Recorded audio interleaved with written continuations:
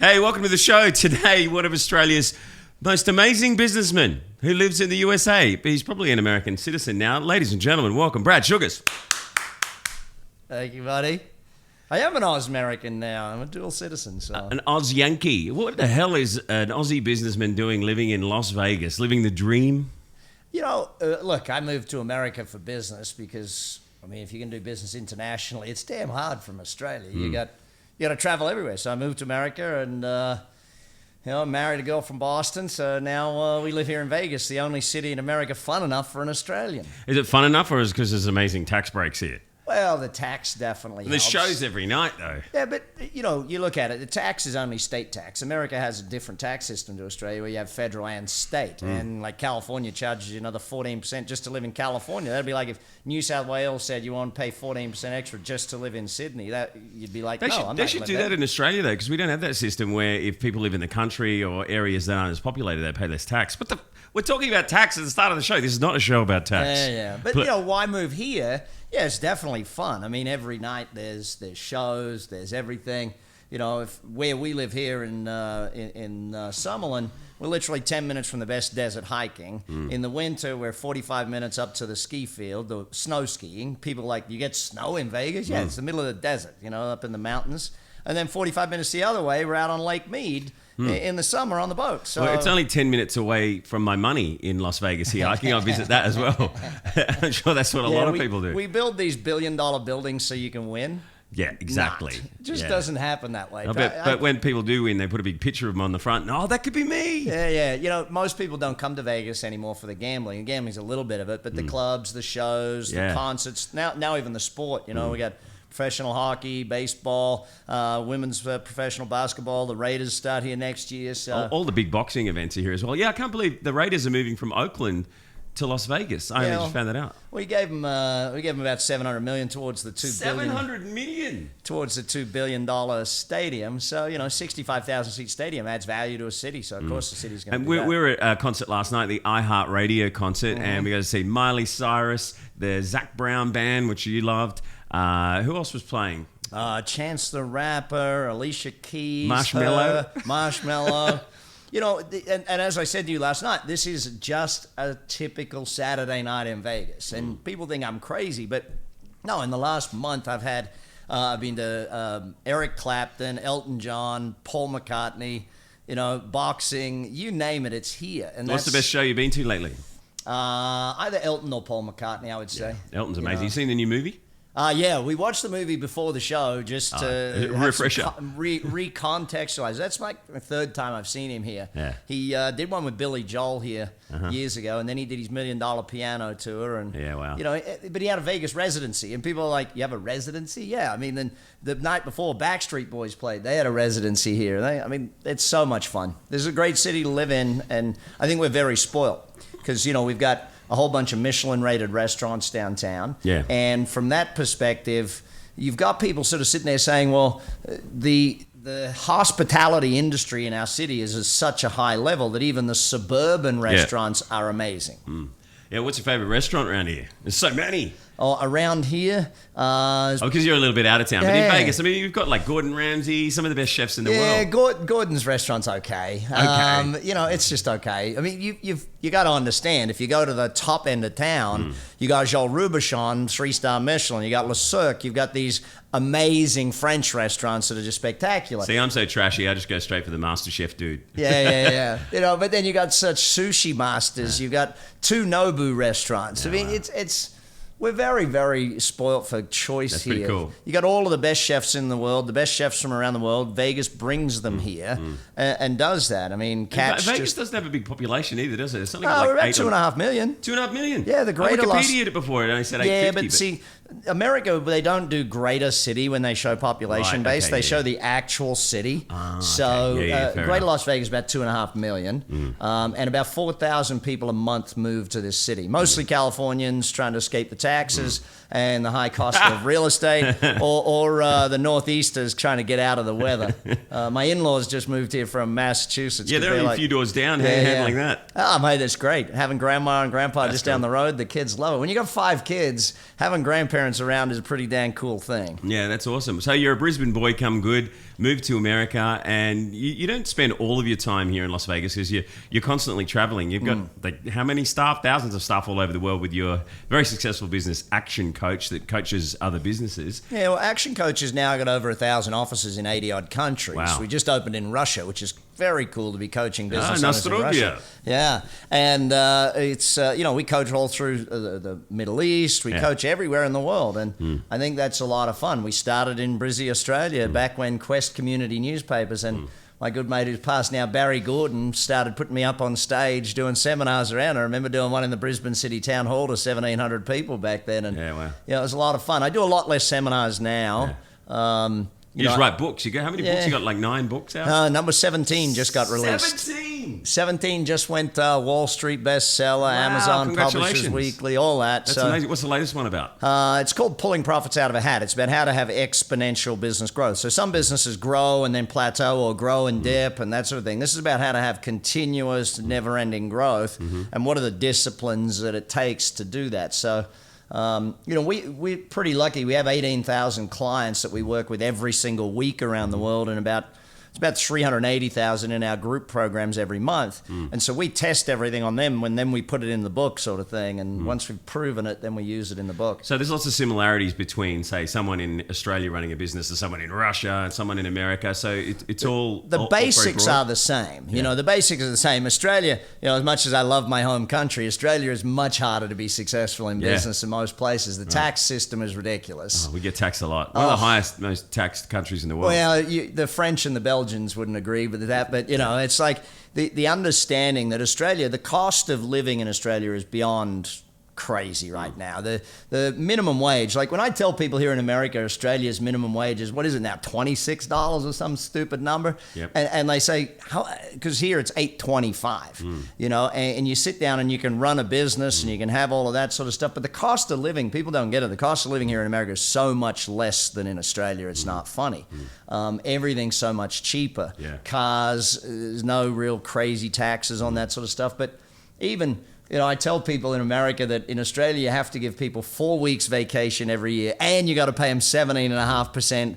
And you say leave loading, and they look at you and go, "What the heck is leave loading?" Well, that's where you actually have to pay them more when they don't work. It's fantastic. The Americans work really hard. Like Bianca, my missus, is working here for Netflix at the moment on a TV show.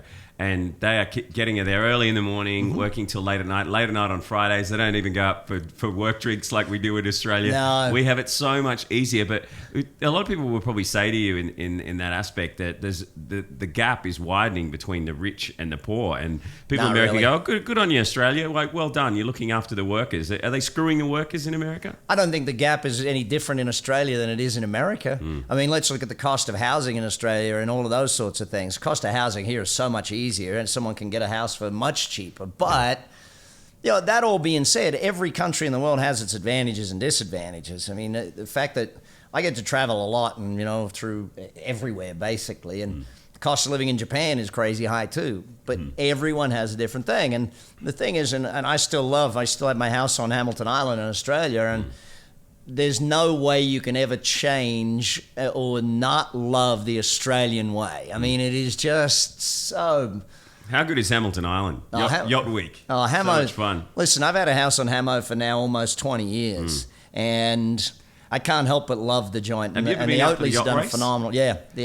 Because my house is on the water, so Right, it's like okay. we're there. We have the yachts right in front of us every day. Because when they it's like one of the world's biggest yacht races there at Hamilton Island, but they'll yell out, "Anyone want to come for a ride?" Anyone for the race. Yeah. And when I was there, I went, yeah, I'll go out there for the race. And I get a bit seasick. I said, "Is it rough out there?" And they go, no, it's one of the calmest days we've had. Bullshit. Yeah. It was the roughest day they've had. And this skipper just started yelling at me. He's like, "Pull the rope, get on that side of the boat." And I was all nervous. I didn't know what to do. And so I've gone and pulled the rope.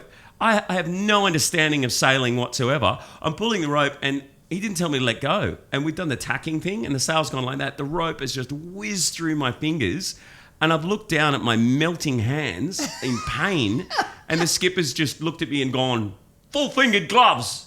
Like I'm supposed to know. I'm a punter standing on the shore. But anyway, that was the winning boat. Actually, that story goes a bit further because he was some rich dude who owned the boat. I can't remember who it was. But he hired professional sailors from overseas. And they had to leave straight after the race to get on a plane to go back to England or wherever they were from. And he said, we've got no one to accept the trophy. So I actually went to the award ceremony and accepted 10 gold medals and a big trophy and told that speech to everyone. And no one laughed. They just looked at me like, who the fuck is this guy? Yeah. So, Hamo is just one of those places, and the Oatleys have done a phenomenal job of rebuilding the island. Unfortunately, we all had to rebuild when we got... big hit, and but I can't believe it. When the kids come down there, they just love it because we just wander around to the store and drive the golf carts everywhere, and it's very relaxing. I think people love Hamilton Island. So yeah, it's awesome. Hey, got to ask you a question. How the hell do you pull profits out of a hat? Your new book. Tell me how to do that trick.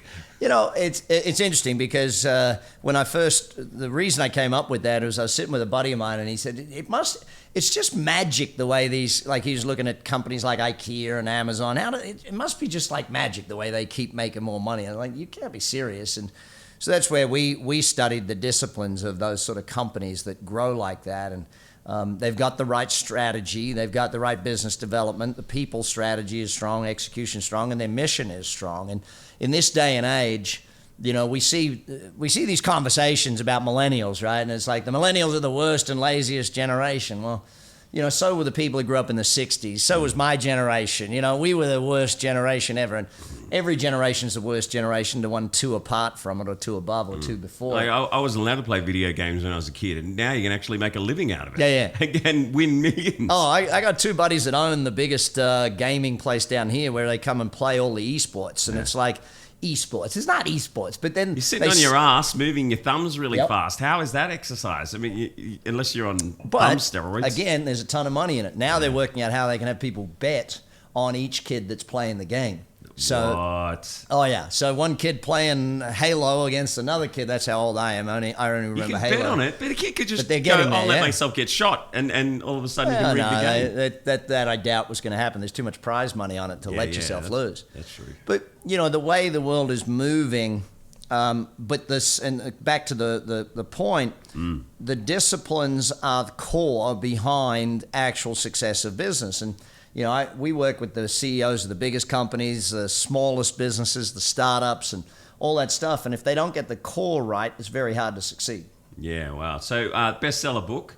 This is not your first bestseller, though, is it? No. We've had others that have been bestsellers and all that stuff. The one before it, The Wealth Coach, actually was an ebook bestseller, which is kind of cool. And Buying Customers, that was also a bestseller. And I liked it, The Wealth Coach is, because I wrote that for parents to be able to teach their kids money.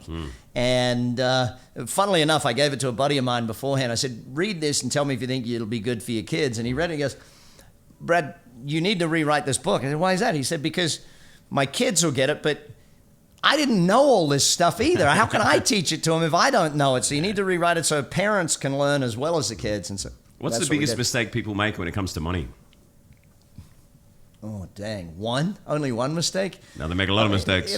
Look, I think the simplest thing is they don't invest. That's the simple. And people think you got to have a lot of money to invest. And the habit of investing is more important than the amount you invest. The habit is what forms, and gradually the amount gets bigger. I've always been a fan of real estate. I wrote a book on how to invest in real estate, but people don't even get it. Even the people teaching real estate investing don't get it. The core of real estate and why real estate is a great investment is you only ever pay for 20% of it. You only ever put down the 20% deposit. You have a tenant who pays the mortgage for you. People say, oh, they pay the rent. No. They don't pay the rent. They pay the mortgage on your behalf. So you buy a house, 20 years from now, the mortgage is fully paid off. Now, if it went up or down in value, people are like, oh, I don't know if it'll go up in value. I don't care. You still own it. I own it outright, and all I ever did was put 20% of it down. Yeah, right. So if you want to retire in 20 years and you've got 20% of what you need for retirement, you buy a house today, you put the 20% down, over 20 years, your tenants pay it off, and hey presto, you've got this asset that's fully paid off. Now, if it went up in value, bonus, cool, that's even better. But the fact that someone else pays it off for you, so... You just got to research and find the best place where you can actually, get the rent return As long back as you're that getting pays rent. off the loan. Yeah, as long as you're getting rent to pay off the loan, everything's good. But I think And probably if I interest go rates are back so to your low. question, actually to answer your question properly, the biggest mistake people make with money is they don't learn it. They don't learn money. You know, and How if do you learn money? well, you read about it, you study it, you Read your find, books. Yeah, read my 17 of books. them. You know, but not just mine, anybody's. You know, when I sat down and my friends Sharon Lechter and Robert Kiyosaki wrote the book Rich Dad Poor Dad, the biggest seller in history of nonfiction books. And Oh, Sharon wrote that with him. I thought he just wrote it. No, Sharon wrote it. Robert. Sharon is the greatest author there is. And when Robert first brought his board game to Sharon and Michael's Sharon's husband, he was a patent attorney. And he's now retired and living on their ranch in Arizona. But they're such great, wonderful people. But Sharon's written more books like Think and Grow Rich for Women. Wow, really? She's written a whole bunch. So he made a board game and then she turned it into a book for him. Yeah, well, she wrote the book kidding? as a brochure. If you ask Sharon, she'll tell you it was actually just meant to be a brochure for the board game. That's and then it became the biggest seller. And now he's traveling the world. Teaching and stuff, Teaching about the board game? He's done a phenomenal job at getting the world to think about financial education. Yeah. You know, and the lack of financial education. Sharon actually had it made law in their home state of Arizona that kids at school must learn finances. So it's now law. They must be taught financial classes. Oh, we should have that in Australia. We should have that everywhere. I mean, people sit down and they learn algebra, but they don't learn how to balance a checkbook. Algebra just messed with my head. Who cares about algebra? I hated algebra. Who goes to the shops and buys X worth of eggs and Y worth of bananas? In the days of Google, right? We have to change what we're educating our kids in. We started a foundation a few years ago to educate kids to be employers, not employees. The Action Coach Foundation is designed, we started in the UK, now we're here in the US, it's designed to help young people want to be entrepreneurs rather than get a job. And see, if you look at the history of the way the economies of the world have worked, we had the agrarian age, which of course the British won. They had the most land. They conquered the world. And then in the industrial age, as we moved into that, the US won the first half of the industrial age because they invented everything. They invented steel and electricity and cars, and you name it, the gas, petrol, America invented it. Then the second half of that was won by the Japanese. They were the best manufacturers on the planet. And then when we went in the information age, it came back to America because America has Hollywood and Silicon Valley. While the Japanese were making great VCRs, America was making the movies to go in the VCRs or in the DVD players. And now Hollywood and Silicon Valley are two of the biggest parts of the U.S. economy when you understand what it actually does and how it educates the world into that thing. But we sit here today in a world where the economies of the world have shifted to such a degree that we've had to go back into the industrial age for India and China and Africa to move to catch the rest of the world. So that's where we're making big plays in Africa, big plays in India, big plays in, not so much in China anymore. We've sort of... Is that with Action Coach or... Well, with all of our businesses. So all of our companies are moving in that direction because when you sit and you look at India, there's a country with more than half the population is millennial generation. And we sit down and we say, the millennial generation, well, America, the baby boomers sort of have aged out, so the populations have stopped. Australia did the same, China is sort of the same, Japan the same, but India, they just got control of their healthcare system to a point where now that generation will be like the baby boomers of the rest of the world. They have healthcare in India? Massively good. There's an interesting book you could read called Factfulness. Hans Rosling wrote it, and Bill Gates was actually quoted on the cover saying it's probably the most important book you'll read in this decade. So it goes through where the world is at today. Education of women today is the average 30-year-old woman has had 9 years education, average 30-year-old man's had 10. So we're almost caught up in there. And female education is massively important to us as a society, because if they understand and are knowledgeable, they can get better care of their children and that sort of thing. So death rate drops of children, and then the world starts to stabilize. So we're doing a good job as a planet. Called? Factfulness. Factfulness. That sounds like an interesting one to read. It's a very good read, and I think that goes back to the thing. All I've ever done different to anybody else is I keep learning and I keep studying. And Jim Rohn taught me when I was 16 years old. Jim Rohn, I've watched some of Jim Rohn's videos. He's amazing. Well, he passed away, unfortunately. But I got to speak with Mr. He was the Herbalife guy, wasn't he? Yeah, he spoke for Herbalife. Mark had him come in and teach everyone at Herbalife. But I spoke with Mr. Rohn. I first went to his seminar in Brisbane City Town Hall. I was 16 years old. This is one of the best motivational speakers ever. He was He's a the legend. best philosopher on the subject of success and business there ever was. Yeah. You know, and I still remember I opened a speech for him because I took my notes down to him at the end of that speech at 16 years old, and he signed my notes. And I said, Mr. Rohn, what's one thing I can do to guarantee myself to be successful? And he said, son, read a book a week for the rest of your life. And so I've just continued that tradition. Now, thousands later, and now, you know, audiobooks make my life a whole lot easier these days. Totally. But I still remember, and I have to give a shout out back to the Rotary Club in Brisbane. I think it's District 963, who sponsored me when I won the Rotary Youth Leadership Award when I was a kid at Sunnybank High School. And I went away for a week's training on how to be successful and how to be a leader. Yeah. And that definitely changed the course of my life. Yeah. Well, Jim Rohn started out with Rotary as well because he was working for someone else and just got asked by chance to do a little talk at Rotary and thought, hang on, I can make money out of this. Yeah. You know, Mr. Rohn was a great educator, but there's so many great educators out there, and that's where the challenge for a lot of people is they don't keep learning. And, you know, for someone like me who, you know, I buy companies and I build them and I sell them. That's what I do on a day-to-day. We just sold one on Friday, one of our property management companies based down in Texas. And, you know, I'm super happy about that. I was in it 2 years. We sold out now 2 years later to a firm out of Silicon Valley. And these are the sorts of things I do every day. I buy companies, and I like to think, you know, Ray Kroc. Ray Kroc is the greatest example to me of a business person who finds a great business. You know, his movie, The Founder, should have been called The Finder. Yeah, right. Because he didn't found McDonald's. He came along one day and look at this. The McDonald brothers had a great system, and he just said, how do I put this on every street corner in the world? And that's literally what I do today. I find good companies. I found one in Melbourne, great cleaning business down there. Now we're expanding that. We've expanded all across Australia. Now we're going to the UK. Yeah. So... The founder, man, he came off as a bit of a bastard in that movie. Well, I think they portrayed him very nicely in that movie. Oh, so he's a lot worse than that. All the stories of him were that he was a very tough man. Wow. Very amazing. tough man. And so, yeah, how many businesses do you actually own? I mean, if you're talking like on a small scale. It was 9. It was 9. We're now down to 8 after Friday. So we have a restaurant down here at the Wynn Casino. We have Le Cave. Yeah, I've been there. It's a great nice. little restaurant. We just expanded it, actually made it a bit bigger and stuff. Right. You know, there's so many good businesses to be in, and that's sort of what I love doing. I mean, I love finding great people and helping them go global in their business. We found young Travis Bell in Australia, who's the bucket list guy, and now I've taught him, and now he's licensing his system all over the world and has bucket list coaches all over the world. Right. Another one down in Melbourne, Australia, Engage and Grow. Rich Maloney did a phenomenal job at designing an employee engagement program that now we have coaches around the world licensed doing that. I think we're in like 60-something countries doing that. So, yeah, that's basically all I do. Find great businesses and take them global. You've been doing that for a while now, but what's your next big challenge?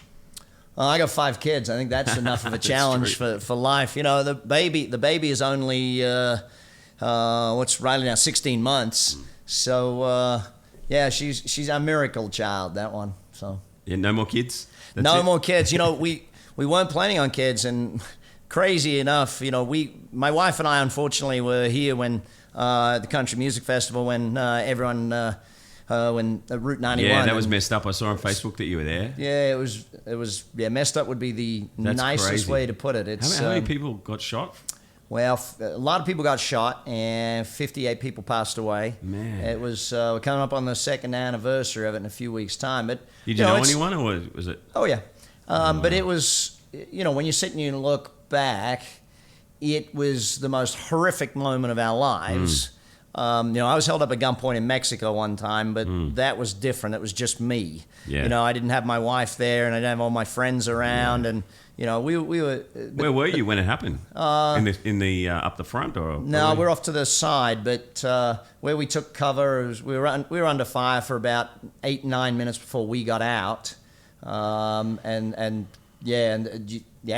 enough of that. The reason I bring it up is that we didn't know at the time, but 2 weeks later, I had to take off to England to do some work stuff, and I was happy I did because I could get out of here and just clear my head and just focus on something else. And my wife went up to Massachusetts, and she's like, I don't know what's going on. Maybe I'm depressed from all this. Maybe it's had a bad impact on me. And she went to the grocery store with her mom, and found herself buying apples sauce and Cool Whip or something, and she's like, "Why am I buying that? Last time I ate this, I was pregnant with the twins." Oh, pregnant. Help, pregnant. So, we found a great way to move on from all of the tragedy because we had to move on. We had a beautiful baby that came into the world, and so she's actually became very famous. Riley, because she was the youngest survivor of Route 91. Oh, yeah. And funnily enough, the day she was born, our Golden Knights, our hockey team here, was playing in the finals, and the winning goal was scored by Riley Smith, and we didn't have a name for the kid picked out. And my second eldest, Kenzie, texts us all in the group family text and goes, "Hey, what about Riley as a name for the baby?" And everyone was just like, "That's kind of a cool name. That works. We'll spell it different, but yeah, that's a cool name." And then a few weeks later, my buddy, Penn and Teller, Penn's wife calls me up and goes, "Get down here. Penn's doing a thing with the Stanley Cup," which is the hockey. Maggie disappear or something. And so, they were doing that for a promotion. And literally, I took the baby down and sat her in the Stanley Cup. It was like, "You're named after a hockey player." Yeah. And the hockey team here actually was the best thing that could have happened for our city, is to help us move on from that, the attacks and that stuff. And your priorities change, I guess, after going through something so full on. Yeah, I think, my wife and I got split up on that night, in the middle of all of the shootings. And I saw her running, and I had to dive for cover because he started shooting again. Because he shot for about 30 seconds, stopped, shot again, stopped, shot again, stopped, a whole bunch of times. And as she was running, the guy next to her went down. He got shot through the leg. And, she got out, and I knew she got out, and that's all I was just... Could have been her, man. That's so close. Could have been any of you. Oh, buddy, it was everywhere. But the thing about it is I don't know if you change your perspective, but it reminds you of what's really important, not what's sort of important type thing. Growing up in Australia, you are very clearly, and it's such a clear delineation here in America, understanding what's important is not work. In Australia, we build a business so that we can have a life. We don't marry our work. Americans are far more into marrying their work, and Australians are unfortunately moving that way a lot too. And they're losing the fact that lifestyle is the number one most important thing. But it reminds you of that, and it's one of the reasons why I started selling some companies and spending more time with the family. And now when we go on vacation, we do digital free vacations. Yeah, and you realize what's important. Yeah, I mean, it just reminds you of that stuff. Did you read any of the conspiracy theories about the guy that was there and it was all set up? Or you just wanted to get as far away from it as possible? I have a bunch of buddies that were there who they literally got into a negative state because they just sat and watched all the TV stuff. And the sheriff at the time, he's a great man, and he just stood up when he was asked the question, why did he do it? And he said, if you try to get into the mind of a psychopath, the only thing that happens is you go crazy. Yeah. You will never know why, and for anyone to try and understand why, that's just silly. And I think that, as human beings, we're naturally drawn to a negative. You're driving down the highway, there's an amazing sunset. No one slows down to look at the sunset. But if there's a car crash, everyone slows down to look at it, sort of thing. It slows the traffic. And unfortunately, Australians are brought up with the tall poppy syndrome. Our convict roots definitely come back to us in that way. The difference, one of the reasons that I moved here to America is, I remember this vividly. I was driving in Australia, I had a beautiful bright yellow Lamborghini Gallardo, and I'm driving down the street, and I pull up a set of lights, there's a guy walking across the street, looks at me, looks at the car, looks at me, looks at the car. He doesn't know me from bar soap, and he's looking at me and goes, "You wanker!" I was like, what the... and then here in the States, I have a beautiful Rolls Royce. The Drophead Coupe was the first one that they brought to Las Vegas, of that Rolls Royce Blue, the Phantom, and it was a beautiful, beautiful car. I'm driving down the street, and these two young guys pull over in their car next to me at the set of lights, and they put their window down, a little Honda CRV, and they lean out and they go, "Hey, buddy, great car, well done." That differentiation in mentality is what I see. I live here in a city where there's several billionaires, and no one attacks them for what they do. It's not, the newspapers are different. The way of the media is different. It's not that whole let's attack everyone philosophy. It's let's build them up. Let's tell the world that, hey, these people employ hundreds of thousands of people. We should celebrate them, not beat them up. Is that one of the reasons why it's easier to make it in America? Because we have such a tall poppy syndrome in Australia? Oh, look, I think that that's part of it. You know, in Australia, I've seen it many times. People who are very successful and they don't get celebrated for their success. In fact, many of them hide their success because they don't want to get people getting all jealous about it and stuff.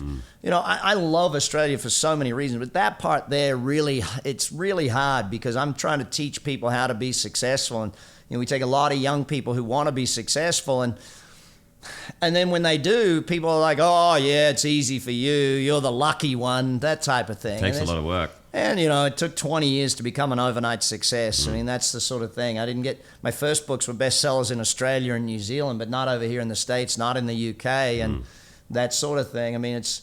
Look, it comes off that I think I'm being tough on Australia, and I do need to be tough on it in certain ways. Yeah.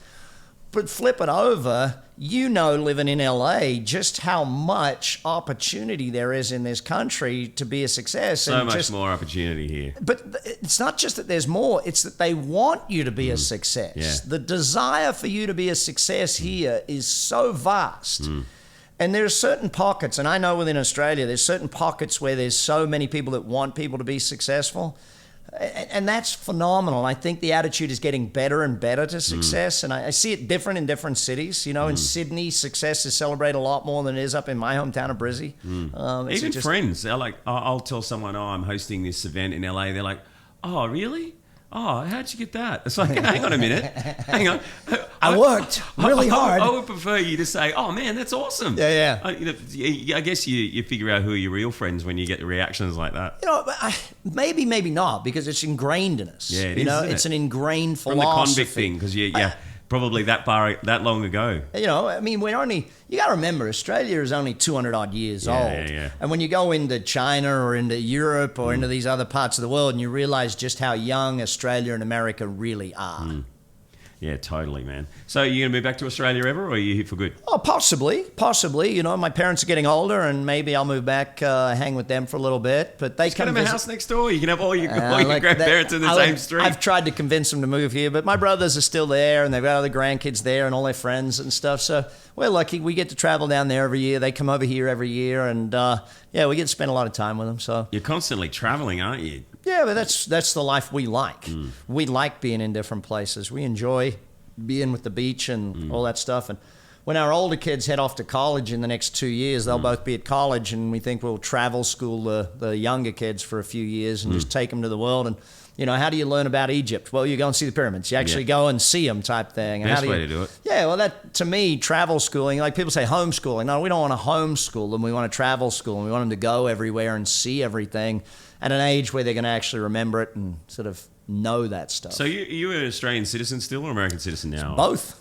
Dual citizenship. Dual citizenship. And all my kids are now dual citizens. And now, so Laura, my wife, says, well, maybe we should go and live there for a couple of years so I can get Australian. So we've all got all of it. Yeah, she hasn't got it, has she? No, it's same as it's hard for me to get the American citizenship. It's still fairly hard for my wife to get Australian. We've still got to live there for a period of time. It's a good gift to give your kids, though. Hey, guess what? You can go live in Australia if you got want. 2 passports, so you can go anywhere in the Commonwealth, plus anywhere America's accepted. Like so. Bianca, my fiance, she's got a green card, and she's eventually going to get US citizenship. So hello, getting married. Thank you very much. And she's also got a Greek passport because her dad's Greek. So we could go anywhere in the world. Well, eventually. You know, I sit back and I look at the way the world is coming. It's getting smaller. It really is, because of the internet, TV, Such an and exciting travel. time, isn't it? You just fly anywhere at the drop of a hat. You can be anywhere in the world in 24 hours type thing, and it's so much fun. But, you know, that makes it both easier and harder. I think it's easier because we can get anywhere, but it's also harder because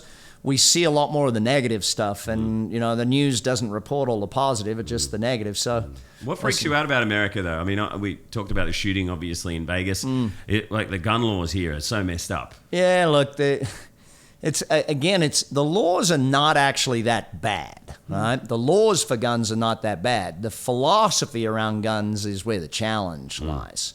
You know, I've sat down with people over the years and sort of outlined a very simple step-by-step process, but I mean, the biggest challenge with the gun laws here is that you don't have to be licensed to sell guns.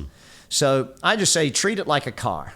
If you say that there's more deaths by cars than there are by guns, great, let's treat them the same.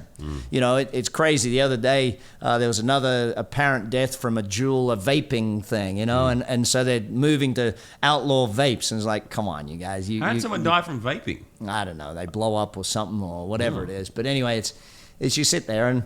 From outside America, it's easy to be negative on America and its gun laws, but it's part of the philosophy of the country. So you don't get involved in politics too much in Australia, but what about here in America? Trump is an interesting character. He's probably the best CEO America's had, but I'm not sure he's the greatest president. The way I try and explain Trump to people is, let's just do this. Let's give your dad or grandfather, the 70-plus-year-old, man, let's give him a Twitter of 12 million followers and see how embarrassed you are with his opinions. I'm embarrassed with my dad's Facebook now, let alone if he had that many followers. You just sit there and you think about it. It's embarrassing. Now, is he a genius at playing the media? 100% he's a genius at playing the media. People say he's so stupid. No, he's playing the media 100%. And you see it time and time again. Oh, he learned it with his show. The guy is the master negotiator. This is a guy that built and constructed buildings in New York when the mafia and the mob actually were there running trash and running the construction, running the concrete. There's a guy that's negotiated everything. Now, that being said, is he starting to... I'm not sure if you've noticed, but he is definitely toned down a lot from when he first started. He's behaving himself a little bit now. I think he's got a better team around him that said, listen, if you're going to get reelected, you're actually going to have to... But he did fire a lot of people. Well, he fires a lot of people all the time, but, that's quite public his nature. Too. But that's his nature. That's how he's always done things. You don't expect a leopard to change its spots. Fortunately or unfortunately, though, both President Obama and President Trump, neither of them were governors before becoming president. Now, almost all presidents before had been governors. Now, the reason I bring that up is because they had to learn to play both sides of the party. They didn't play divisive politics. They actually played that. And we've gone from politics to personality ticks. It's not about the policy anymore. It's you mention anything in politics and people are like, I hate that guy or I hate that gal. Yeah. It's like, well, hang on. What about their policies? And I remember for many years in Australia, I used to sit and have cigars with some of the heads of some of the biggest unions in Australia and then have dinner with the Liberals on the other side of it. But I could debate politics with them, policy, not people. And that's unfortunate where we've become all about the personality, not about the actual politics and what's best for the nation. And what about the Democrats? Are you a Bernie man or... what about Biden? Do you think he's a bumbling old fool? What's the story? I would imagine the Democrats will pull a young person through. Yeah. I doubt. Bernie's just so far out there. His role is to be the way out there guy, so that the next person doesn't look stupid. It's that sort of role within the politics. I don't know, the world, we're seeing pendulum swings in politics at the moment. It was George W. and Dick Cheney running the country, and then the pendulum swung massively to President Obama, then it swung massively again to President Trump, and we're seeing the same in Australia, and we're seeing the same in the UK. Brexit, yeah. Everywhere's going crazy politically right now, so, but I think again, a lot of I just try and get on with it. People are scared to say their opinion, though, and it seems like the silent majority have the most votes. Well, this is the thing, you see it. Fortunately or unfortunately, President Trump won the vote of the average worker. Hillary and Bill Clinton are so out of touch with reality of the average citizen that there's no way she was going to win. Her campaign was all about her. His campaign, I look at it from a marketing perspective because I think that when you understand what marketing actually won it, you look at Kevin 07. The hashtags are winning it these days. ScoMo, that hashtag is it's how the marketing happens is really important to understand. And Trump's Make America Great Again pulled at the heartstrings of all of that group of people, and it was just phenomenal. Even the ones that marketing. didn't think anything was wrong. Yeah. Let's make it great. Let's go back to what it used to be. And so pulled at all that. And I'm not sure you can do that this time around. What's his slogan this time around is, I don't know, but it's not as good. I'm not sure. Keep America great. Yeah, keep America great. I made it great now. I'm just going to keep it great. But these are the things that we see. And Here's what happens politically, though, on a global scale.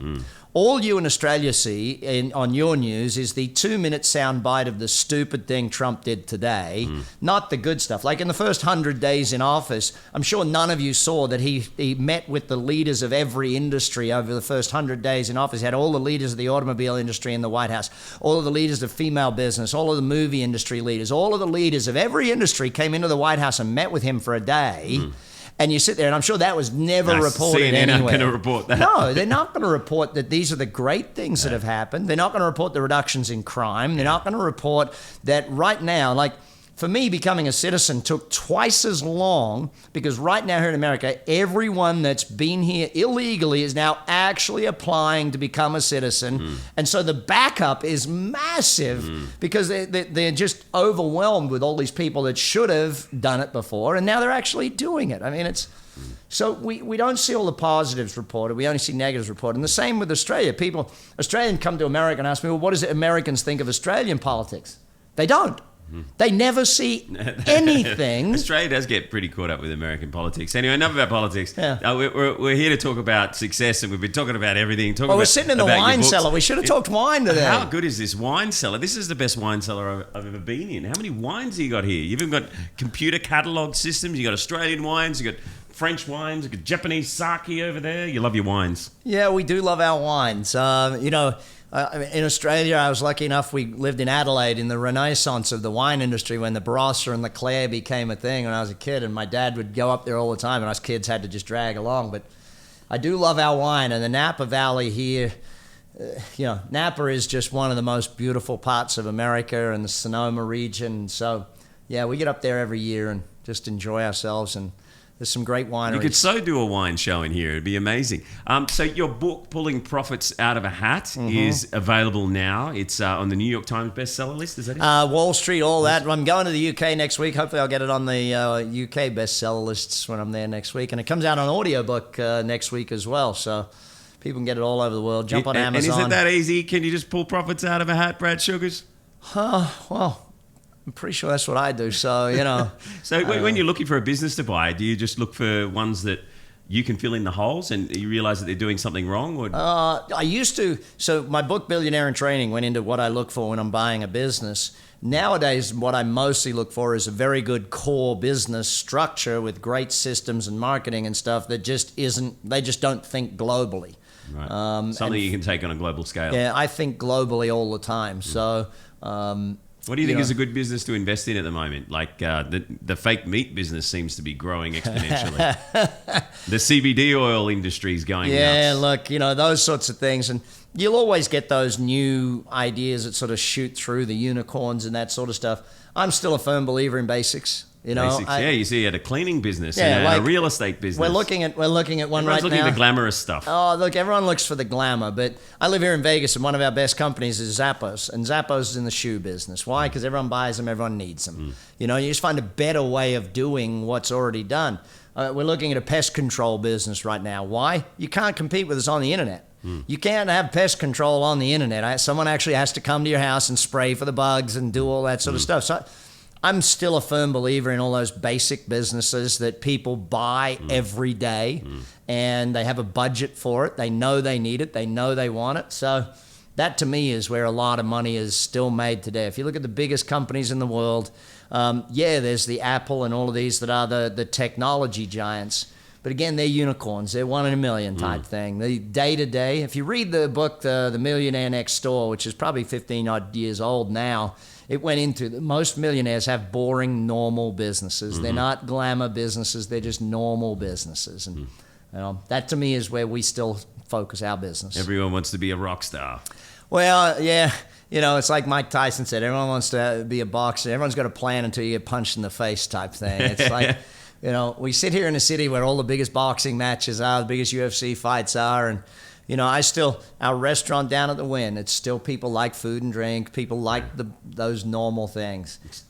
So you had Tyson and your mates with Penn and Teller. And so what other celebs have you got hanging out in your restaurant in Vegas? Or have you met up with here? All the celebrities. Like the other night, my buddy's he's one of the Backstreet Boys. And so it's like... What? Which one? Brian. But, you sit there and you just look at it. I got buddies that are big country music stars and all those sorts of things. And they're just normal people. But we live in a city where that is just normal. You in LA, I mean, you walk into a restaurant in LA and there's going to be a famous movie actor sitting in the restaurant. There just is. Amongst all the Australians, and they're like, Mike, what are you doing here? Yeah. So there's all the Australians and a couple of famous Americans. But Well, you're off to the basketball now, so I better let you go. yeah, the WNBA.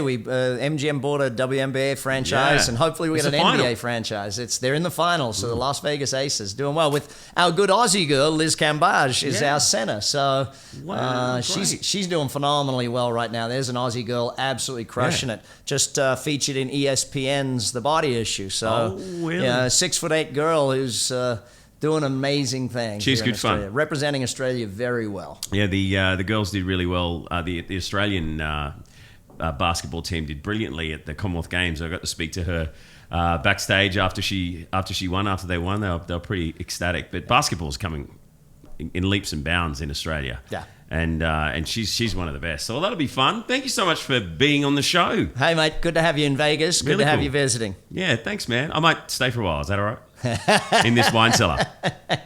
I may not leave. I think Bianca will drag you out of here at some point.